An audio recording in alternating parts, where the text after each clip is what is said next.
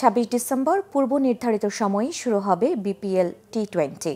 সিলেট আন্তর্জাতিক ক্রিকেট স্টেডিয়ামে ওপেনিং ম্যাচে মুখোমুখি হবে সিলেট টাইটান্স ও রাজশাহী ওয়ারিয়র্স। সন্ধ্যার ম্যাচে লড়বে নোয়াখালী এক্সপ্রেস ও চট্টগ্রাম রয়্যালস। দেশে চলমান রাজনৈতিক অস্থিরতার মাঝে শুরু হচ্ছে বিপিএল।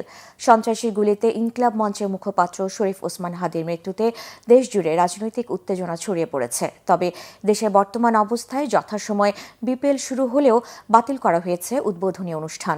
26 ডিসেম্বর শুরু হয়ে জানুয়ারি 2 তারিখ পর্যন্ত সিলেটে 12টি ম্যাচ অনুষ্ঠিত হবে। এরপর 5 জানুয়ারি থেকে 12 তারিখ পর্যন্ত চট্টগ্রামে হবে 12টি ম্যাচ। এরপর বিপিএল ফিরবে হোম অফ ক্রিকেট মিরপুরে। ঢাকায় 15 থেকে 23 জানুয়ারি পর্যন্ত এলিমিনেটর, প্রথম কোয়ালিফায়ার, দ্বিতীয় কোয়ালিফায়ার এবং ফাইনাল সহ হবে 10 ম্যাচ। 3 ভেন্যু মিলে টুর্নামেন্ট মোট 5 ম্যাচ 34টি। 19 জানুয়ারি হবে এলিমিনেটর ও প্রথম কোয়ালিফায়ার। 21 জানুয়ারি দ্বিতীয় কোয়ালিফায়ার এবং 23 জানুয়ারি হবে গ্র্যান্ড ফাইনাল। রবিবার থেকে ফ্র্যাঞ্চাইজি দলগুলো আনুষ্ঠানিক প্রস্তুতি শুরু করবে। বিদেশি ক্রিকেটাররা যোগ দিচ্ছেন দলগুলোর অনুশীলনে।